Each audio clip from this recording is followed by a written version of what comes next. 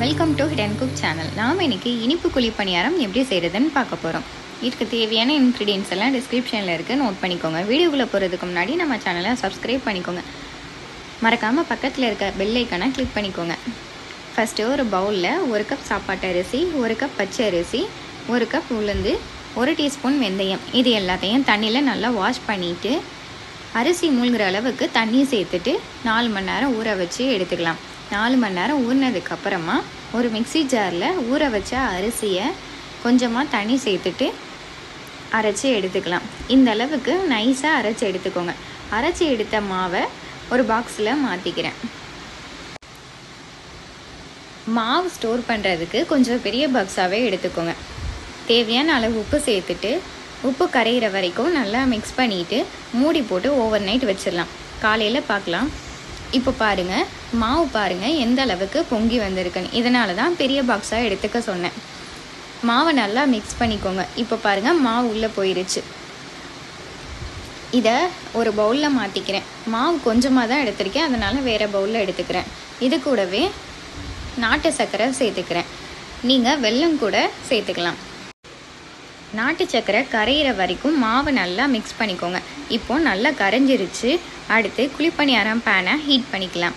அதில் கொஞ்சமாக நெய் சேர்த்துக்கிறேன். ஹீட் ஆனதுக்கப்புறமா குழியில் 3/4 அளவுக்கு மாவு சேர்த்துக்கிறேன். உங்களுக்கு இனிப்பு பிடிக்கும்னா வெல்லம் அதிகமாகவே சேர்த்துக்கோங்க.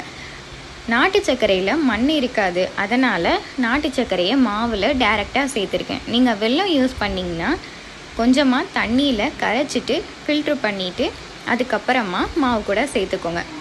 இப்போது ஒரு பக்கம் வெந்துருச்சு, திருப்பி விட்டுக்கலாம். இந்த மாதிரி குழிப்பணியாரத்தை திருப்பி விட்டுக்கோங்க. இந்த ரெசிபி பண்ணுறது ரொம்பவே சிம்பிள் அண்டு ஈஸியும் கூட. பிகினர்ஸ் கூட ஈஸியாக பண்ணிடலாம். 2 பக்கமும் வெந்ததுக்கு அப்புறமா வெளியே எடுத்துடலாம். இந்த பணியாரத்தை ஈவினிங் ஸ்நாக்ஸாக ரெடி பண்ணி கொடுத்தீங்கன்னா வீட்டில் இருக்கவங்க என்ஜாய் பண்ணி சாப்பிடுவாங்க. இல்லை மார்னிங் பிரேக்ஃபாஸ்ட்டாக கூட ரெடி பண்ணி கொடுக்கலாம்.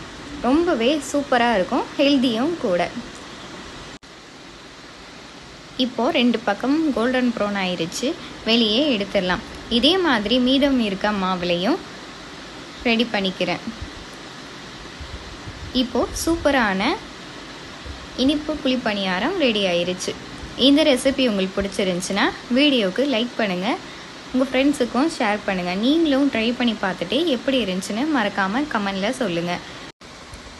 அப்படியே நம்ம சேனலை சப்ஸ்கிரைப் பண்ணிக்கோங்க. தேங்க்ஸ் ஃபார் வாட்சிங்.